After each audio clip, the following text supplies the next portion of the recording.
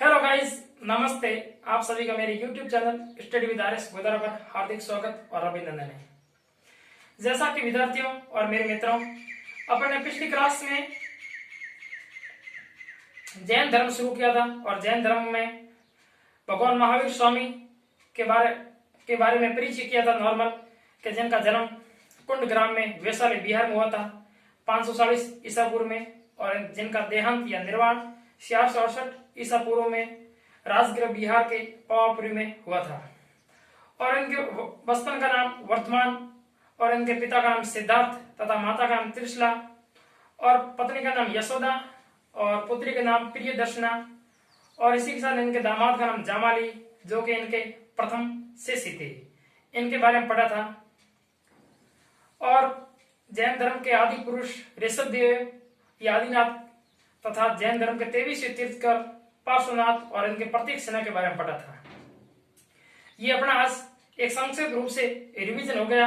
और आज अपन जैन धर्म की प्रमुख शिक्षा है, जिनका उल्लेख जैन धर्म के प्रमुख साहित्य या ग्रंथ आगम में इसका वर्णन किया गया है। तो ये चैप्टर विशेष रूप से रीट, जो कि राजस्थान अध्यापक पात्रता परीक्षा है, इसमें इस बार लेवल 2 में जैन धर्म और बौद्ध धर्म तथा महाजनपद काल जोड़ा गया था, जिसमें जैन और बौद्ध धर्म प्रमुख रूप से जोड़े गए थे।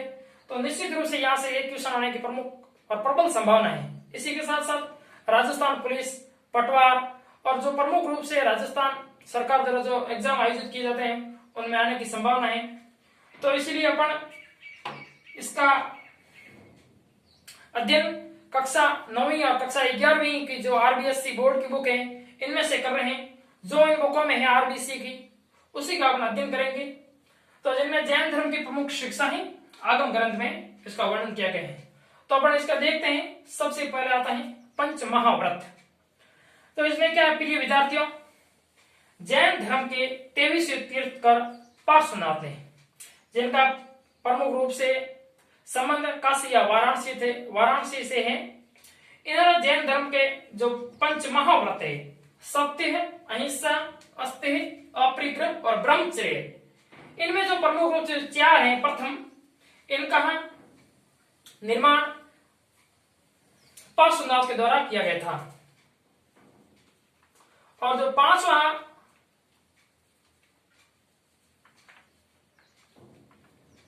महाव्रत है ब्रह्मचर्य, जिनका निर्माण जैन धर्म के संस्थापक महावीर स्वामी के द्वारा किया गया था। तो यहाँ पर विद्यार्थियों, जैन धर्म में प्रमुख रूप से सत्य, हमेशा व्यक्ति को सत्य वाणी में बात करनी चाहिए। उसे कभी भी झूठ नहीं बोलना चाहिए, न किसी प्राणी और व्यक्ति या लोगों को भ्रमित करना चाहिए।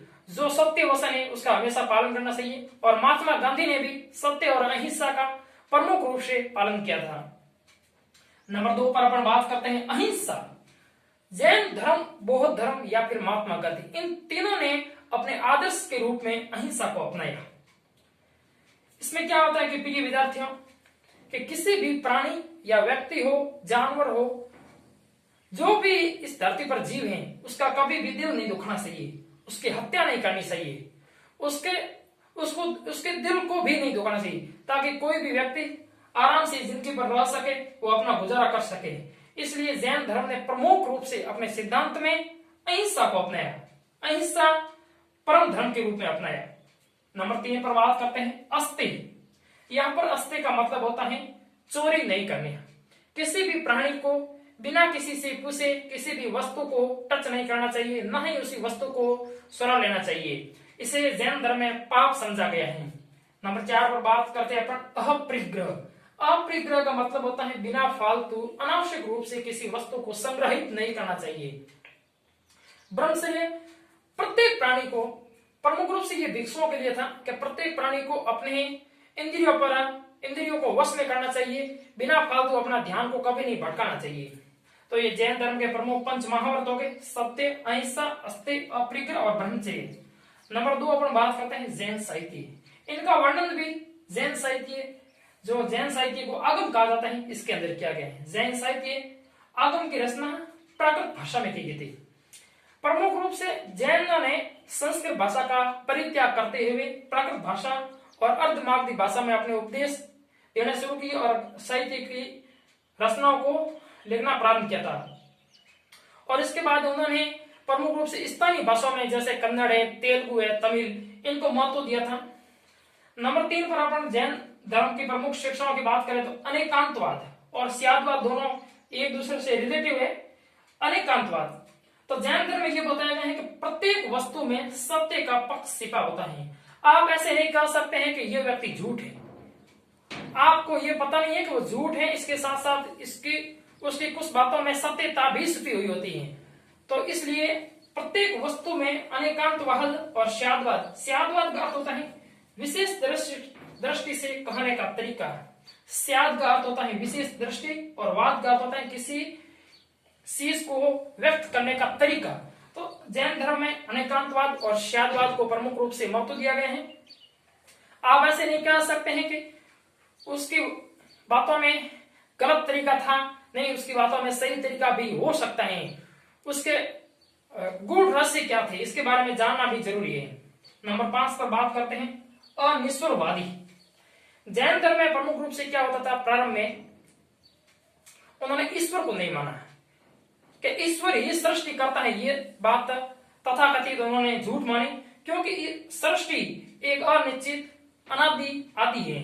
इसलिए इन्होंने ईश्वर की वास्तविकता को नहीं माना और इसी के साथ इन्होंने जैन धर्म में आत्मा को अमर माना। उन्होंने कहा आत्मा हमेशा अमर होती है और आत्मा स्थायी होती है, आत्मा कभी भी मर नहीं सकती है। इसी के साथ साथ अपन बात करते हैं जैन धर्म की छठी विशेषता कर्म व पुनर्जन्म का सिद्धांत। जैन धर्म ने हमेशा कर्म और पुनर्जन्म के सिद्धांत को महत्व दिया। आप जैसा कर्म करोगे वैसा ही फल पाओगे। ये आज भी अपने गांव में, शहरों में, ढाणियों में ये चरितार्थ होती बात है कि आप जैसा कर्म करोगे वैसा आपको फल मिलेगा। प्राचीन समय में ऐसा होता था कि आपने जो अच्छा कर्म किया तो आपको स्वर्ग में स्थान मिलेगा, आपने बुरा कर्म किया है तो आपको नरक में स्थान मिलेगा। परंतु आज वर्तमान कंडीशन में आप जैसा कर्म करोगे उसका फल आपको तुरंत ही भोगने को मिलेगा। इसीलिए आपसे निवेदन है कि आप बुरा कर्म ना कीजिए, किसी की आत्मा को दुखाइए नहीं, सत्य वचन का प्रयोग कीजिए। जैन धर्म से हमें कुछ न कुछ सीखना है, इनकी शिक्षाओं को ग्रहण करना है ताकि उसके आधार पर अपने जीवन को भी सही तर्क कर सके। और पुनर्जन्म, जैन धर्म ये है कि आप जैसा कर्म करोगे उसी के अनुरूप आपका पुनर्जन्म, दोबारा जन्म होगा। वे आत्मा को हमेशा अमर मानते थे, इसीलिए जैसे आप कर्म करोगे उसी कर्म के आधार पर आपका दोबारा जन्म होगा। और इसी के साथ साथ अपन बात करते हैं तो जैन धर्म में प्रारंभ में मूर्ति पूजा का विरोध किया गया था। जैसे बौद्ध धर्म में मूर्ति पूजा का विरोध किया गया, उसी प्रकार जैन धर्म में। परंतु जब जैन तीर्थकर महावीर स्वामी हुए उसके बाद उन्होंने जैन धर्म के मानने वालों ने जैन महावीर स्वामी की मूर्ति को पूजना प्रारंभ किया, तो इन्होंने मूर्ति पूजा का प्रयोग किया। नंबर 7 पर अपन प्रमुख रूप से जैन धर्म की विशेषता त्रिरत्न की बात करते हैं। जिस प्रकार बहुत साहित्य में त्रिरत्न है उसी प्रकार जैन धर्म में भी 3 विशेष त्रिरत्न है। प्राणी को अपने वचनबद्धता के साथ अपने जीवन को चरितार्थ और सफल करने के लिए इन 3 त्रिरत्नों का प्रयोग करना चाहिए, जिसमें यह कहा गया है कि प्रमुख है प्रथम सम्यक दर्शन, 2 नंबर है सम्यक ज्ञान, 3 नंबर है सम्यक चरित्र या सम्यक आचरण। तो अपन यहां पर समझेंगे कि इन सम्यक दर्शन का और सम्यक ज्ञान और सम्यक चरित्र का अर्थ क्या है। सबसे पहले अपन बात करते हैं सम्यक दर्शन की। जैन धर्म में जो महान विभूतियां तीर्थकर हुए थे इन्होंने अपने कुछ न कुछ उपदेश दिए। इन जैन धर्म के प्रमुख महात्माओं के उपदेश और उनकी शिक्षाओं का हमें पालन करना चाहिए और उन्हीं शिक्षाओं का अनुसरण करते हुए अपने जीवन को आगे बढ़ाना चाहिए। तो इसका मतलब होता है सम्यक दर्शन। नंबर 2 पर बात करते हैं अपन सम्यक ज्ञान की। जैन धर्म में प्रत्येक व्यक्ति का ये प्रमुख रूप से आचरण होता है कि वह अपने ज्ञान को बढ़ावा दे, ज्ञान की प्राप्ति करे। ज्ञान का मतलब होता है यहाँ पर होता है केवलीन। जैन धर्म में प्रमुख रूप से जो सर्वश्रेष्ठ ज्ञान होता है उसे केवलीय कहा जाता है, केवलीय या केवलीन। नंबर 3 पर अपन बात करते हैं सम्यक चरित्र या सम्यक आचरण। जैन धर्म में अपन जो सम्यक दर्शन, सम्यक ज्ञान के आधार पर जो भी सीखते हैं उनका अपने जीवन के अंदर आचरण करना चाहिए, उनका पालन करना चाहिए, ये इसका मतलब होता है। अपन प्रमुख रूप से विद्यार्थियों अब बात करते हैं जैन धर्म। तो जैन धर्म में जिसी प्रकार बौद्ध धर्म में 4 बौद्ध संगीतियां हुई थी, इसी प्रकार जैन धर्म में भी प्रमुख रूप से 2 बौद्ध संगीतियां हुई थी।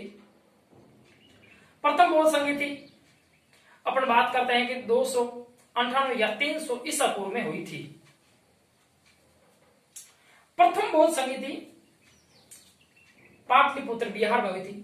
इसकी अध्यक्षता स्थूलभद्र ने की थी। यहां पर आप देख सकते हैं प्रथम बौद्ध संगीति, प्रथम जैन संगीति 298 ईसा पूर्व में हुई थी पाटलिपुत्र बिहार में। इसकी अध्यक्षता स्थूलभद्र ने की थी।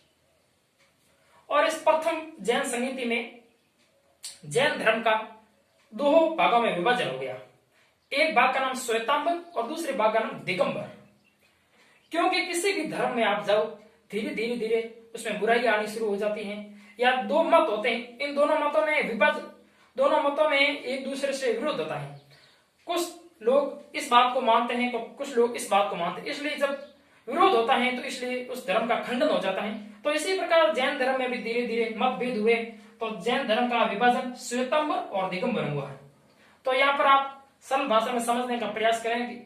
श्वेतांबर, श्वेतांबर का मतलब होता है जो जैन साधु या भिक्षु श्वेत वस्त्र, सफेद वस्त्र का धारण करते हैं, उन्हें श्वेतांबर कहा जाता है। श्वेतांबर का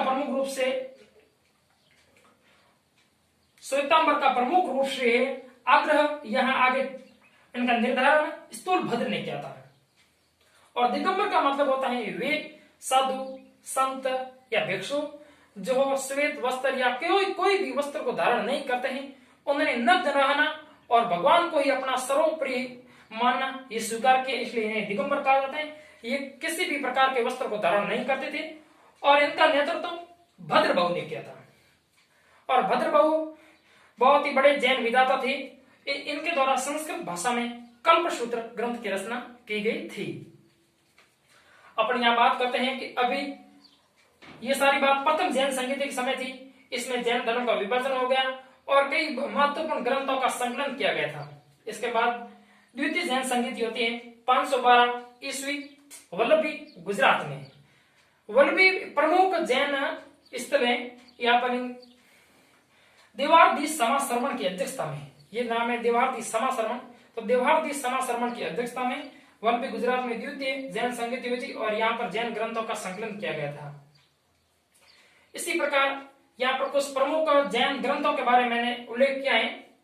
कल्पसूत्र की रचना भद्रबाहु ने की थी और यहाँ पर भगवती सूत्र एक ग्रंथ है जैन, इसके अंदर 16 महाजनपदों का उल्लेख मिलता है।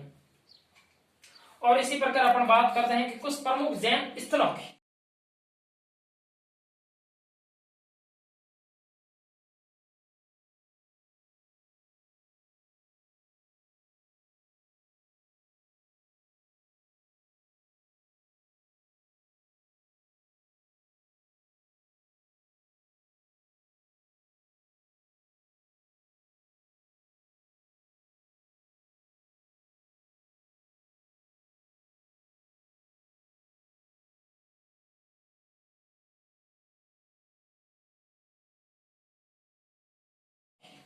कौन कौन से जैन स्थल हैं इनके बारे में देखते हैं।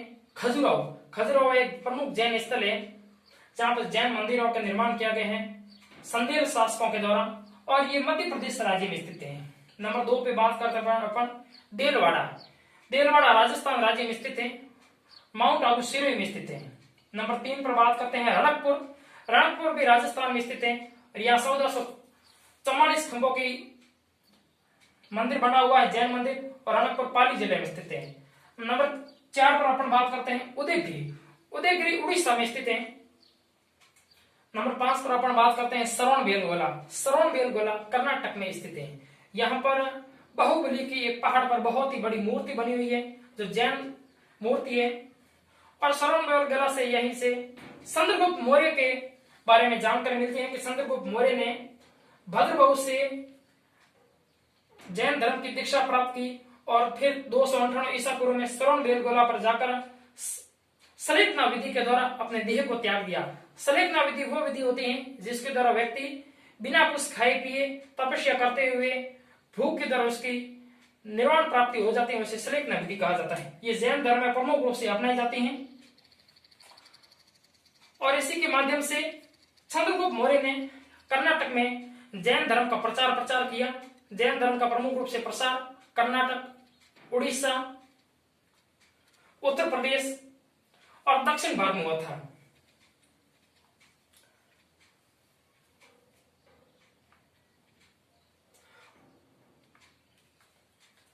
तो प्रिय विद्यार्थियों, अपन ने ये क्लास जैन धर्म के बारे में पढ़ी और अगले वीडियो अपन जैन धर्म के बारे में, जो जैन धर्म के प्रमुख मंदिर हैं उनके बारे में, और जैन धर्म की कुछ यदि इंपॉर्टेंट पॉइंट बच गए हैं तो उनको इस वीडियो में कवर करने का प्रयास करेंगे। जय हिंद, जय भारत।